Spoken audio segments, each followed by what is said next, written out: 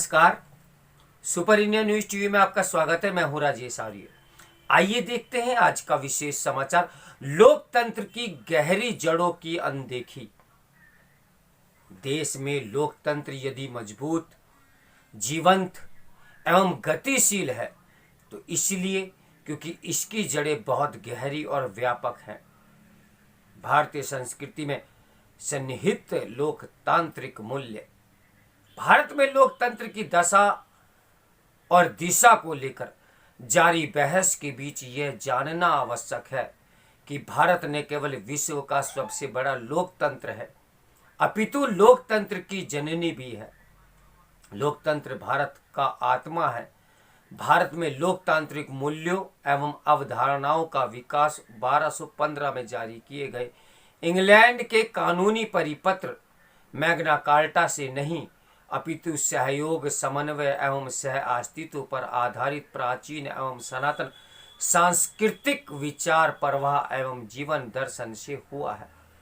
श्रुति, स्मृति, पुराण, इतिहास, महाकाव्य आदि ग्रंथों में विश्व, जन, प्रजा, गण, कुल, ग्राम, जनपद, सभा, समिति, परिषद, संघ, निकाय जैसे अनेक शब्दों एवं संस्थाओं के उल्लेख मिलते हैं जो पुष्टि करते हैं कि प्राचीन भारत में भी लोकतंत्र का अस्तित्व था।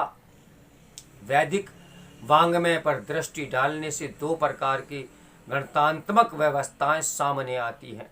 एक जिसमें राजा निर्वाचित किया जाता था और दूसरा जिसमें राज्य की शक्ति सभा या परिषद में निहित होती थी। वैदिक राजा का निर्वाचन समिति में एकत्रित होने वाले लोगों द्वारा किया जाता था। समिति सार्वजनिक कार्यों को संपादित करने वाली संस्थाओं में सर्वप्रमुख थी।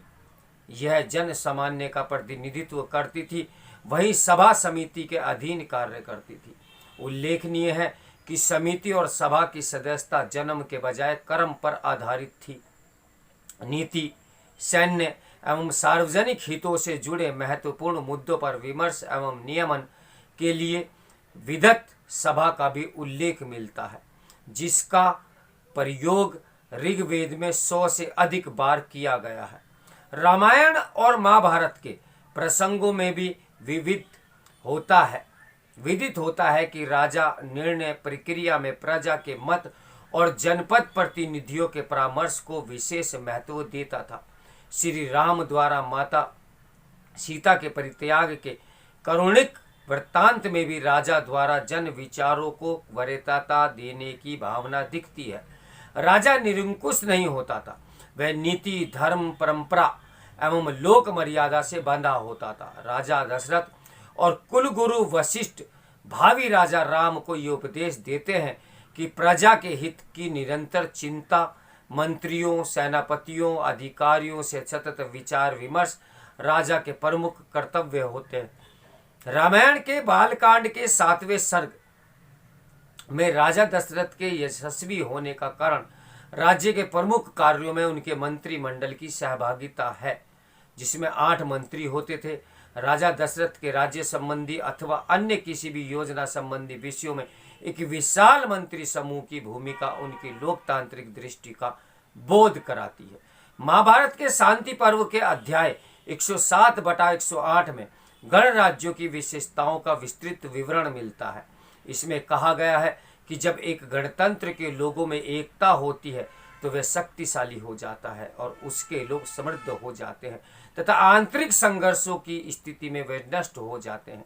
इसी पर्व में पितामह भीष्म युधिष्ठिर को लोक कल्याणकारी राज्य की स्थापना को उपदेश देते हुए कहते हैं कि राजा को प्रजा के हित की रक्षा एवं धर्म का अनुसरण करना चाहिए तथा उसे सभासदों, प्रकृतिजनों एवं प्रजाजनों के प्रति उत्तरदायी होना चाहिए। बौद्ध एवं जैन ग्रंथों से ज्ञात होता है कि भगवान महावीर एवं भगवान बुद्ध के काल में भारत के उत्तर पूर्वी भाग में अनेक गणराज्य विद्यमान थे। इनमें वैशाली के लिच्छावी, कपिलवस्तु के सांख्य, सुमार पर्वत के भाग्य, केशपुत्र के कालाम, ग्राम के कोलिये, कुशीनारा के मल, पावा के मल, पिवलिन के मौर्य, मिथिल के विधे और अल्पकप के बुद्धि आदि प्रमुख थे। कछवियों के आसपास के अन्य गणों को मिलाकर वज्जी संघ नाम से एक संयुक्त संघ भी बनाया था। इन गणराज्यों की सर्वोच्च शक्ति एवं गण सभा या संस्थागार में निहित होती थी, जो लगभग आज के संसद जैसी होती थी। कोरम की पूर्ति, प्रस्ताव रखने, मतगणना आदि के सुस्पष्ट एवं निश्चित नियम थे। विरोध या मतभेद आदि उपस्थित होने पर गुप्त मतदान की व्यवस्था थी। एक प्रश्न जातक के अनुसार लक्षवी गणराज्य की केंद्रीय समिति में 7,707 राजा यानी सदस्य थे। इसी प्रकार तमिलनाडु में 10वीं शताब्दी के पूर्वार्ध में प्रांतक चोल प्रथम के शासक काल में उत्कीर्ण कांचीपुरम के उत्तर मेरु के अभिलेखों से तत्कालीन लोकतांत्रिक व्यवस्था के विविध आयामों की विस्तृत जानकारियां प्राप्त होती हैं। तत्कालीन चुनाव प्रक्रिया में शुचिता ऐसी थी कि उम्मीदवारों की अनिवार्य अहंताओं में से एक की संपत्ति सार्वजनिक घोषणा थी। स्मरण रहे कि इंग्लैंड में मैग्ना कार्टा से भी अधिक वर्ष पूर्व कर्नाटक के लिंगायत संप्रदाय के संस्थापक संत बसवेश्वर द्वारा अनुभव मंडल की स्थापना की गई थी, जिसे भारत की पहली और सर्वाधिक महत्वपूर्ण संसद के रूप में मान्यता प्राप्त है। ये एक प्रकार का खुला एवं सार्वजनिक मंच था, जहां आर्थिक, धार्मिक, सामाजिक एवं राजनीतिक मुद्दों पर मुक्त विमर्श कर समाधान तक पहुंचने का प्रयास होता था। भिन्न भिन्न धार्मिक मान्यताओं, दर्जनों भाषाओं और सैकड़ों बोलियों वाले देश में लोकतंत्र यदि मजबूत, जीवंत एवं गतिशील है तो इसलिए क्योंकि इसकी जड़ें बहुत गहरी और व्यापक हैं। यूरोप, अमेरिका समेत संपूर्ण विश्व भारतीय लोकतंत्र से प्रेरणा ग्रहण करता है। पश्चिम से प्रशंसा की प्रत्याशा एवं निहित राजनीतिक स्वार्थी की पूर्ति के लिए ऐसा गौरवशाली लोकतंत्र पर प्रश्न खड़े करना सर्वदा अनुचित एवं अत्यंत दुर्भाग्यपूर्ण है। ऐसे प्रश्न कहीं न कहीं भारत में लोकतंत्र की गहरी जड़ों के प्रति अज्ञानता को प्रदर्शित करते हैं। तो मेरे साथ बने रहें सुपर इंडिया न्यूज़ टीवी की ब्रेकिंग न्यूज़ के लिए। नमस्कार, मैं हूं राजेश आर्या।